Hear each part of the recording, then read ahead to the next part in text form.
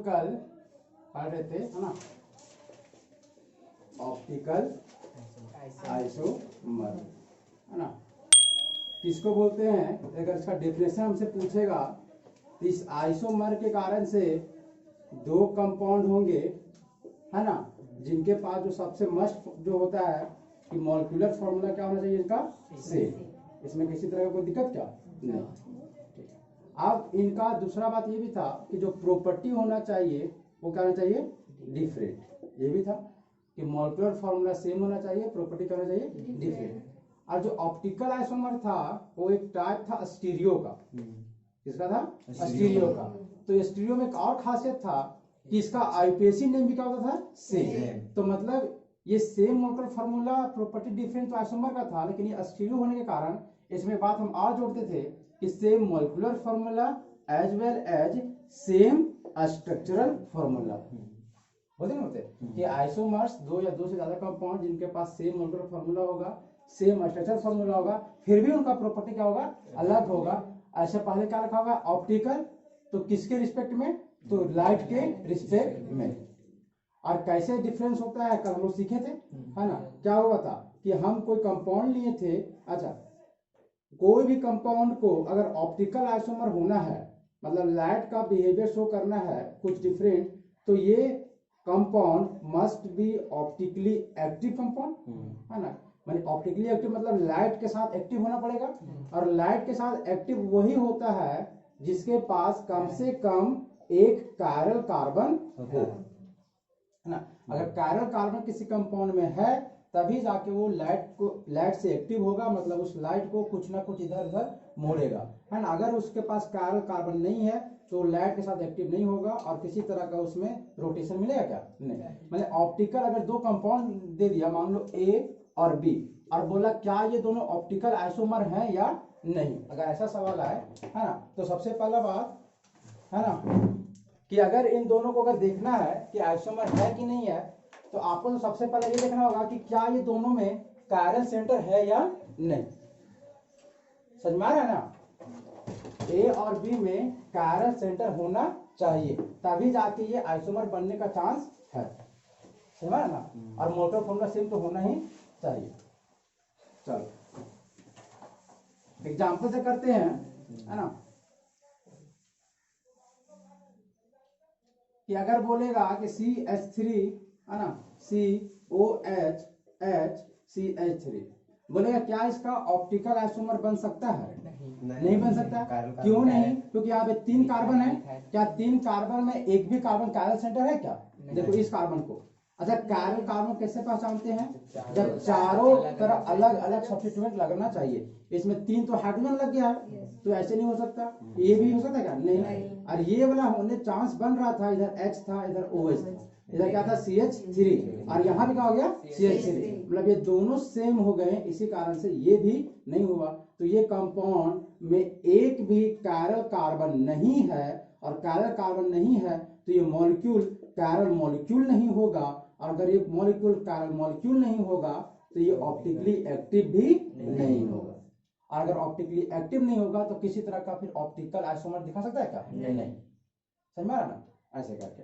और हम लोग फिर सीखे थे दो नाम, डी और क्या?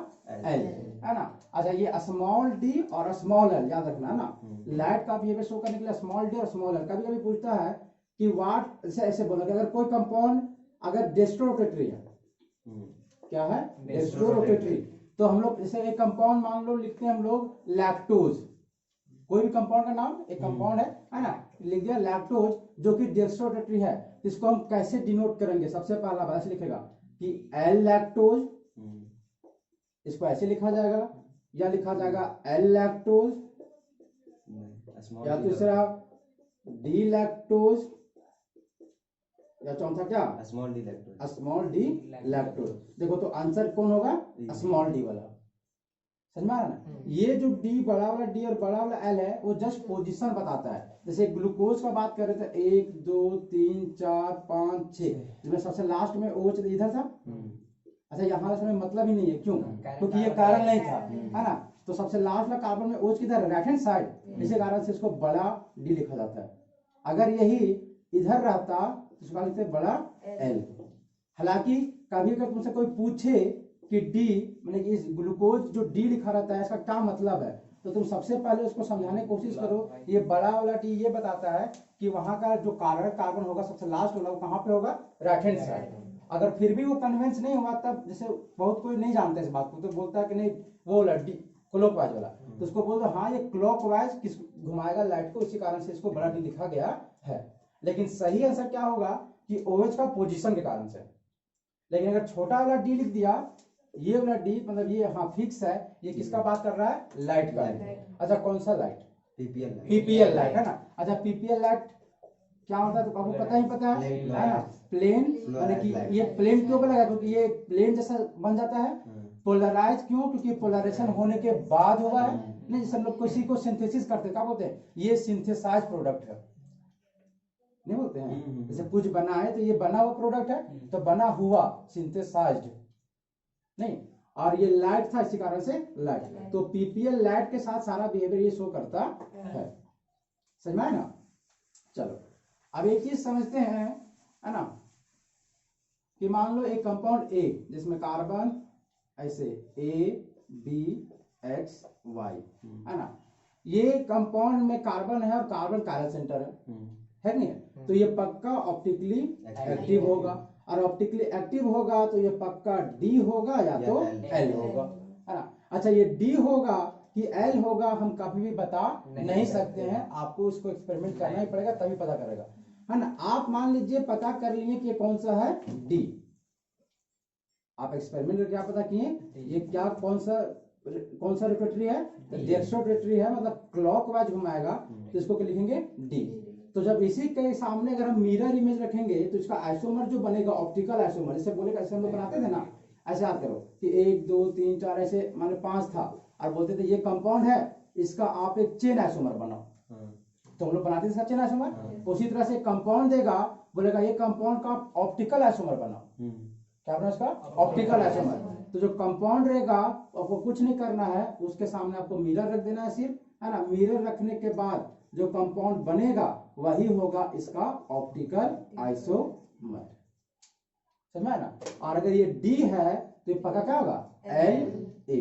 तो सर इसका एक ही बनेगा, हाँ इसका एक ही बनेगा, इस वाले का एक बनेगा, है ना। बाकी अगर इसमें 2 कार्बन सेंटर होगा तो फिर उसका अलग अलग बनेगा, है ना। हम लोग करेंगे ट्राई कि 2 में कितना बनता है ऐसे करके, है ना। चलो सर इसको फॉर्मूला होता है, हाँ फॉर्मूला होता होगा, जानता भी होगा शायद, है ना, 2 का पावर वाला काम है।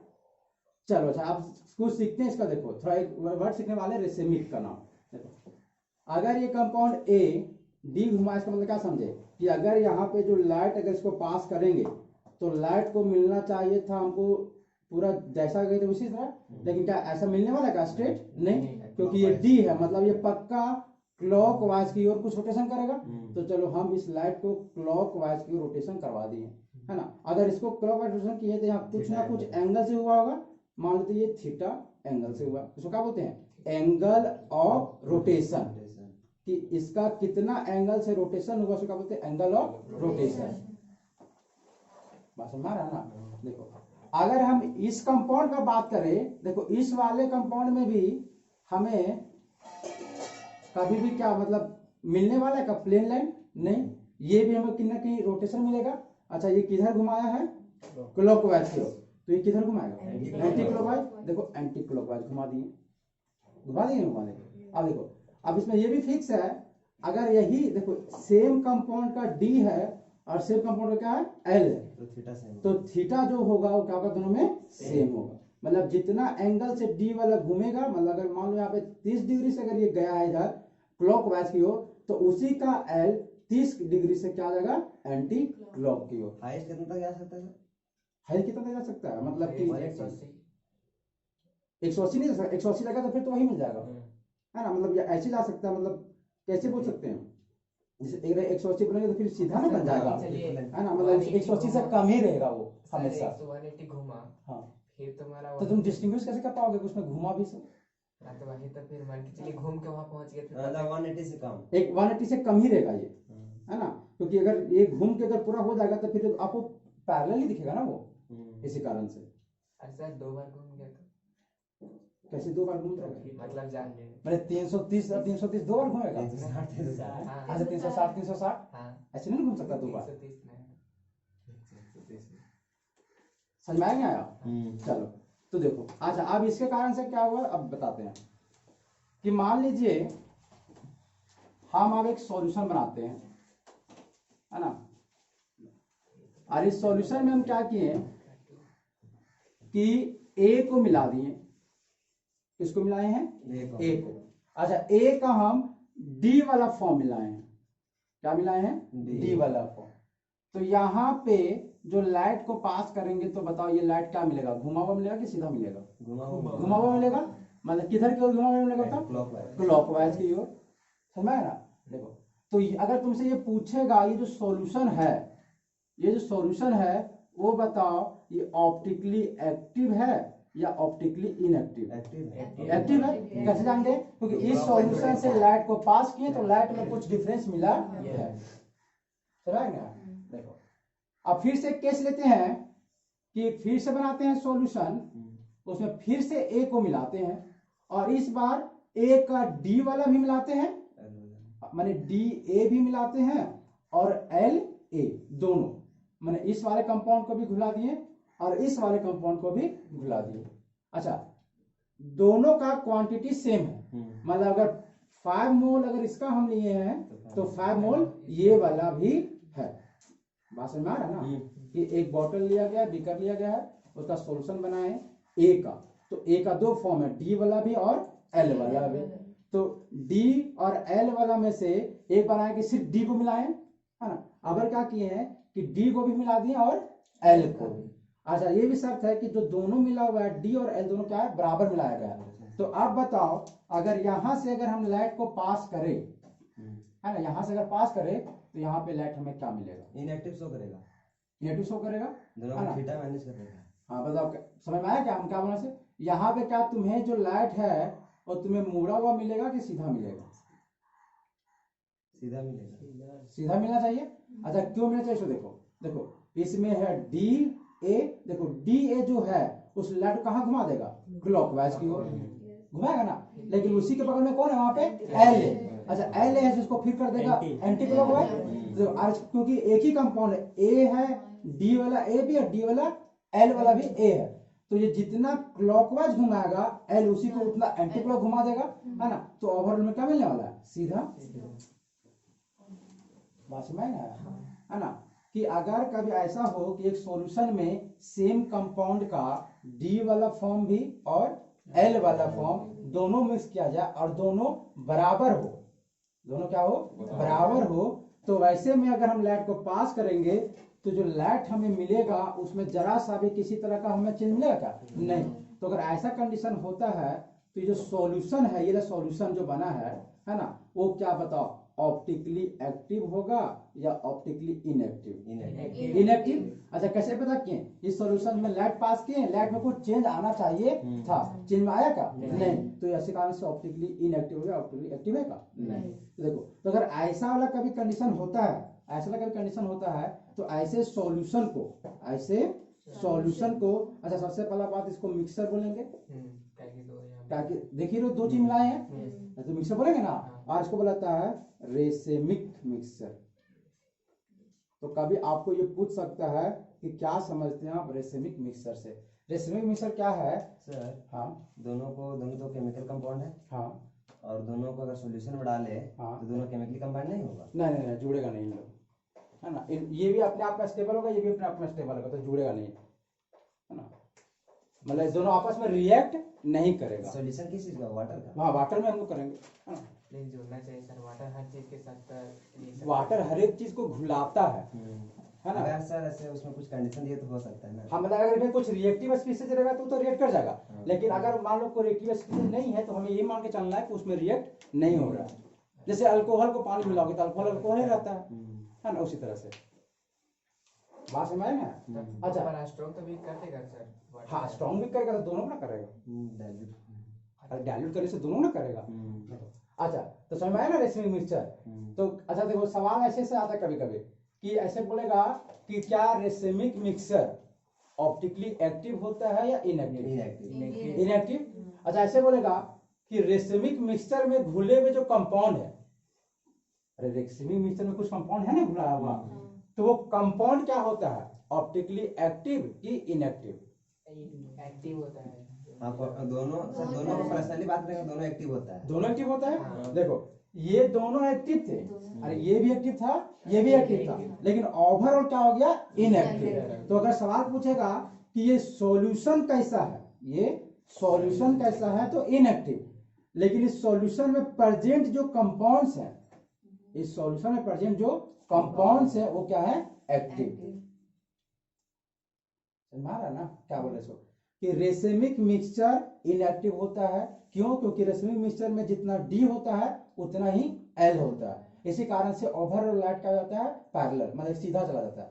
लेकिन रेसिमिक मिक्सचर में प्रेजेंट जो मतलब कि कंपाउंड्स होते हैं वो खुद में क्या होते हैं, एक्टिव। जो बोल रहे समझ में आ रहा है कि नहीं आ रहा है ना? तो इसको लिख लो, क्या लिखेंगे, रेसिमिक मिक्सचर क्या होता है,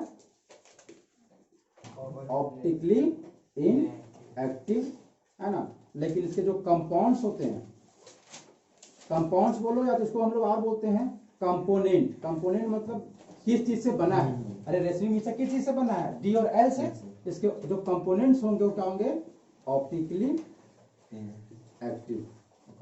कंपोनेंट्स एक्टिव होगा ना, डी और एल वाला एक्टिव होता है, लेकिन इक्वल हो जाने के कारण होता है। अच्छा आपके मन में ऐसे भी सवाल आता है कि मान लीजिए हम एक सॉल्यूशन बनाए जिसमें डी हम ले ले 5 और एल ले ले 3, तो क्या होगा, वो एक्टिव हो जाएगा। वो एक्टिव हो जाएगा। नहीं एक्टिव तो 3 तो कैंसिल कर देगा, हाँ, लेकिन 2 ओवरऑल क्या कर देगा, बढ़ा देगा।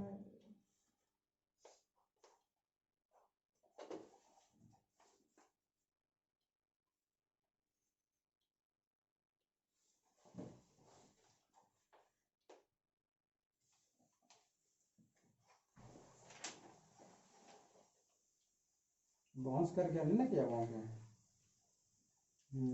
रेसिमिक मिक्सर से एक बार आया है सवाल, इसी कारण से इसको बताना पड़ रहा है ना।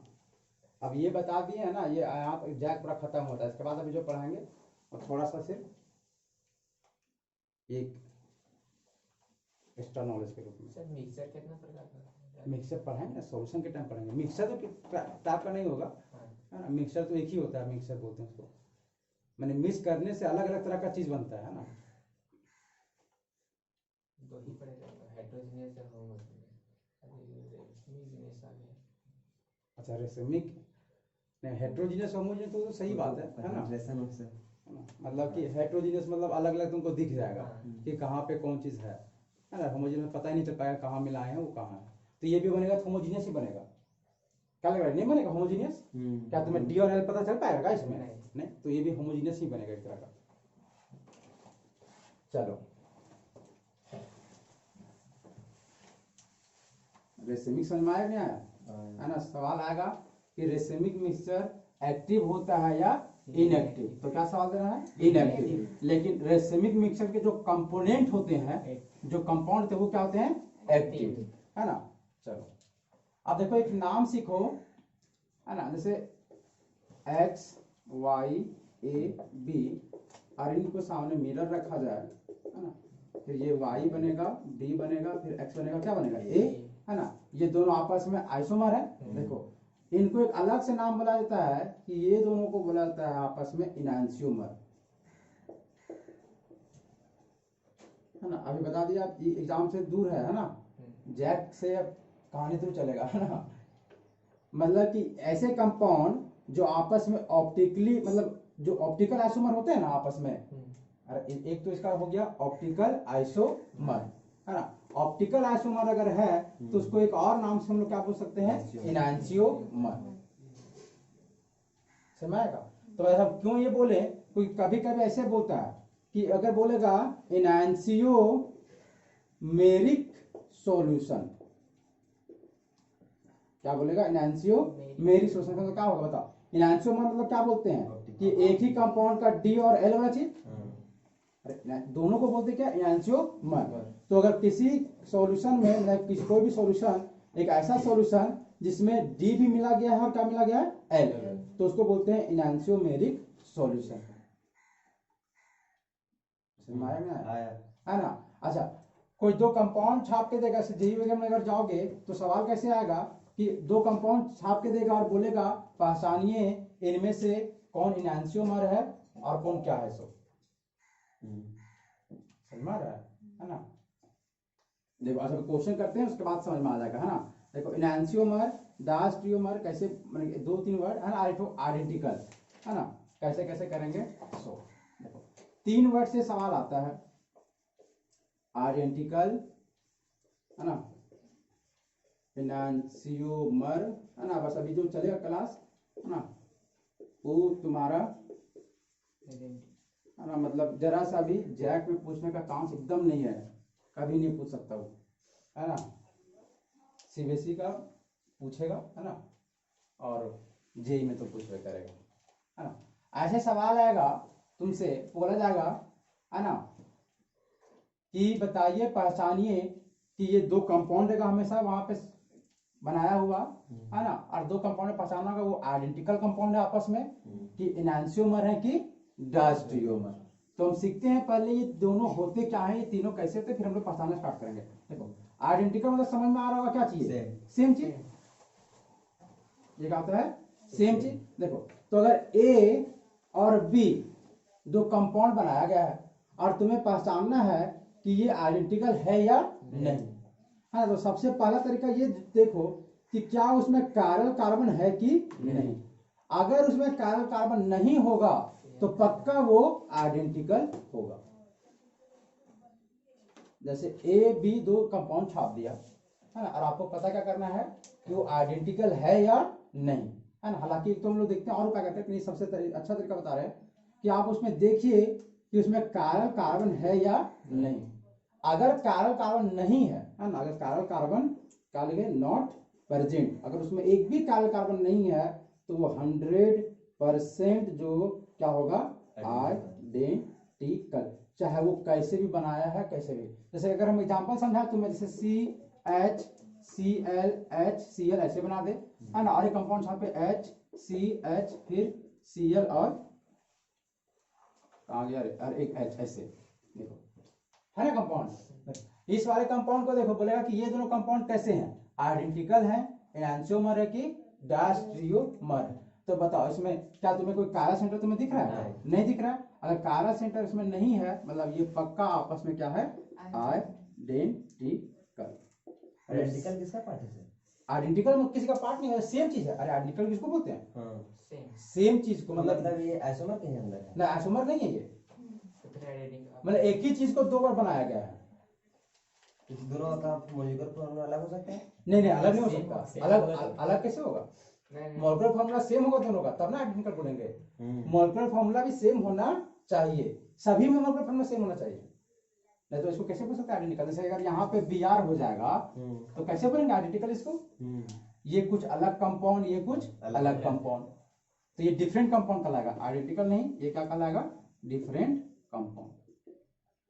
दोनों का मॉलिक्यूलर फार्मूला सेम होना चाहिए, तीनों में कंडीशन है ना, समझ आएगा, तीनों में कंडीशन है, मॉलिक्यूलर फार्मूला सेम होना चाहिए। उसके बाद कि अगर वो आइडेंटिकल है कि एनांसियोमर का, सबसे पहले सीख रहे हैं आइडेंटिकल कब, अगर उसमें एक भी कायरल सेंटर नहीं है तो पक्का वो आइडेंटिकल ही होगा, समझ आया ना। तो इसको तीनों को लिखो, अभी हम क्वेश्चन करेंगे ना बहुत सारा, उसके बाद करेंगे।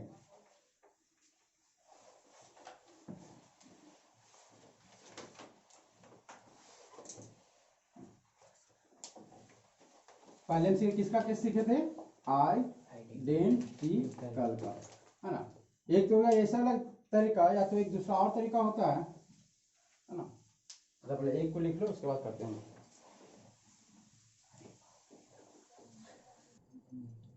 चलिए आइडेंटिकल में क्या सीखे कि दो कंपाउंड रहेगा, सबसे पहला बात कि दोनों का मॉलिक्यूलर फॉर्मूला सेम होना ही चाहिए, ये तो फिक्स है ना। अगर मॉलिक्यूलर फॉर्मूला सेम नहीं तो फिर कहानी खत्म। उसके बाद अगर उसमें कायरल कार्बन नहीं है तो पक्का आइडेंटिकल होगा।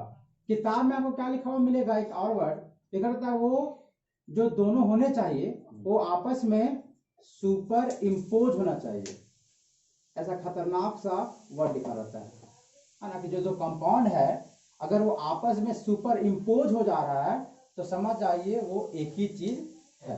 अब सुपर इम्पोज क्या होता है सब समझो। जैसे ए है ना, और यहाँ पे फिर से ए है, ऐसे अगर बना दिया गया है ना, और बोला कि क्या ये दोनों सुपर इम्पोज है, तो देखो क्या कह रहा है कि आप क्या कीजिए, ए को यहाँ से उठाइए, जैसे वैसे उठाइए ना, और इसको उठा के आप इस मॉलिक्यूल पे बैठा के रखिए, है ना। जैसे इसको उठाएंगे और इसको अगर यहाँ पे बैठाएंगे तो बताओ क्या इसी पे ये बैठेगा क्या? क्या कहीं अलग दिखेगा? नहीं। तो अगर ऐसा कंडीशन हो जाता है कि ऐसे मतलब कि ये इसका मिरर इमेज, जैसे देखो ए के सामने मिरर रखो तो तब डिटो ही बनेगा, अरे बना नहीं बना, है ना। और इसको उठाइए और इस पे रखिए, अगर ऐसा रखने से आपको इसमें जरा सा भी चेंज नहीं मिला, मतलब समझ जाइए ये एक सुपर इम्पोज है। इम्पोज मतलब उसी में समा जाना, और सुपर मतलब बहुत अच्छे तरीके से समा जाना, मतलब पता ही नहीं चलना। समय का सर इसका मिरर बनेगा तो हाँ। उल्टा बनेगा। कोई लैटरली इन्वर्टेड ए का कैसे बनेगा रे? उल्टा देखिए देखो तो। ना, ए का नहीं ए का है, सर। कोई कंपाउंड हाँ बी का, जिसको बी का बनाते हैं, देखो बी का बनाओ, ये- इसके सामने मिरर बना देंगे, ठीक है। मिरर बनाएंगे तो कैसे बनेगा? हाँ ऐसे बनेगा ये। हाँ। बताओ अगर तुम इसको ऐसे उठाओगे और इसमें अगर बैठाओगे तो क्या तुम्हें मिलेगा सुपर इम्पोज? नहीं। ये तो बैठेगा तो ऐसे नहीं बैठ जाएगा, ऐसे बैठ जाएगा। तो बताओ क्या एकदम डिटो पूरा इसमें समाया का? नहीं। तो ये एक सुपर इम्पोज नहीं है। समझ में आया? नहीं आएगा? देखो जेई का क्वेश्चन रखे क्या, नट बोल्ट देखो, नट बोल्ट है ना, बताओ। अरे नट नहीं जानते, नट स्क्रू, स्क्रू वाला है ना जो हम लोग कसते हैं, सो बताओ वो वाला सुपर इम्पोज है कि नहीं? बना के देखो तो। जो स्क्रू देखो ना कभी लाइफ में, नहीं इसको है सर। कसते हैं, नया ही है, तरीका नहीं है बोल रहे हैं, नहीं है। अच्छा नहीं है, हाँ। अच्छा हाँ नहीं है, तो फिर कैसे सुबह बताना पड़ेगा ना। सबसे पहले लेकिन सर बताइए। उल्टा हो जाएगा सर, हाँ उल्टा हो जाएगा, टाइट हो जाएगा, मतलब जिधर से लगता है उधर खुल जाएगा वो। हाँ समझ में आएगा। ये नहीं था सुपर इम्पोज, समझ में किसी को नहीं आगे बताते हैं। देखो जो एक स्क्रू होता है वो ऐसे होता है, फिर इसमें किल बना रहता है और इसमें रोटेशन ऐसे ऐसे रहता है। तुम कभी देखना होता नहीं होता। और अगर इसके सामने तुम मिरर को रखोगे तो ये तो रहेगा, ये भी रहेगा, लेकिन रोटेशन कैसे बन जाएगा? ऐसे। अरे बने नहीं बनेगा। और अगर तुम इसको उठा के रखोगे तो फिर ऐसे ऐसे बन जाएगा, ये नहीं बनेगा क्या? तो ये सुपर इम्पोज नहीं है। बात समझ में आया? है ना। और बहुत सारा किताब पढ़ोगे, कभी भी किताब पढ़ोगे, है ना, चाहे 11th में भी होगा, तो जो सबसे ज्यादा कॉमन यूज होता है वो होता है ना, ह्यूमन का, है ना, हैंड, और तुम्हारा क्या बोल सकते हैं, पैर वाला कमाने, है ना। मतलब हैंड बहुत ज्यादा होता है, पैर को भी करता है, फुट वाला भी काम, लेकिन हैंड ज्यादा देता है। देखो हैंड को बताना, जैसे हाथ है ना, हाथ बनाते हैं, बताओ ये सुपर इम्पोज हुआ कि नहीं नहीं होगा? होगा। नहीं होगा, है ना। बहुत लोग पता है बोलता है ऐसे कि देखो इसका मिरर इमेज ये है, और इसको ऐसे बैठा देता है, बोलता है ना। इसे देखो इस हाथ में देखो जस्ट मिरर इमेज है, अगर यहाँ पे तुम मिरर रखोगे तो इसका ऐसे ही बनने वाला है। और बोलता है कि दोनों सुपर इम्पोज है कि नहीं है, तो ऐसे मिला देता है, देखो मिल गया। तो हमको ऐसे नहीं उठाना है हाँ, ना, ऐसे। इसको उठाइए और इसको तुम उठा के इसमें बैठाओगे तो देखो ऐसे बनेगा। क्या पूरा सुपर इम्पोज होगा क्या? नहीं। इसी कारण से ये भी हमारा हाथ भी एक कायरल कंपाउंड है। अगर सही बताएं, मतलब अभी तो हम लोग सीधा बताते हैं ना कि कोई ऑप्टिकली एक्टिव होगा कि नहीं होगा, तो हम लोग तो अभी सीधा करते हैं कायरल कार्बन देख के। आगे जाके कायरल कार्बन का कोई नेसेसरी नहीं होता है, उसमें रहे तब भी, नहीं रहे तब भी वो कायरल हो सकता है। मेन चीज होता है कि उसका मिरर इमेज, जैसे कोई चीज है वो ऑप्टिकली एक्टिव होगा कि नहीं होगा, क्या कीजिए उसका मिरर बनाइए और उसको देखिए कि वो सुपर इम्पोज हो रहा है कि नहीं। अगर वो सुपर इम्पोज हो गया तो पक्का वो ऑप्टिकली एक्टिव नहीं होगा, और अगर नहीं हुआ तो ऑप्टिकली एक्टिव वो होगा ही होगा। बहुत से ना कर दिया, है ना। चलो तो ये सुपर इम्पोज में समझ आएगा, है ना। अच्छा फिर इसके जस्ट नीचे फिर एक रहता है वाइन का बोतल, मतलब ऐसे करके ग्लास वाला बना हुआ रहता है। कभी भी किताब अगर कभी पढ़ोगे तो देखना ऐसे बना हुआ रहता है। बताओ ये क्या है? ये सुपर इम्पोज होगा क्या? बिल्कुल होगा। पता करना है, इसके सामने क्या रखिए, मिरर, तो एकदम डिट्टो ऐसे ही बनेगा। और ऐसे ही डिट्टो बना, इसको उठा के ऐसे रख दीजिए, तो एकदम इसमें रखाएगा ना, रखाएगा छोट बना दिए सर, अरे मतलब डिट्टो बनने वाला है ना, इसको अगर बना के रखिएगा तो ऐसे करके, है ना। उसी तरह से पैर का कहानी आता है ना, कभी कभी अगर सर, हाँ सर, उसमें पकड़ने में लगाइए तो अच्छा,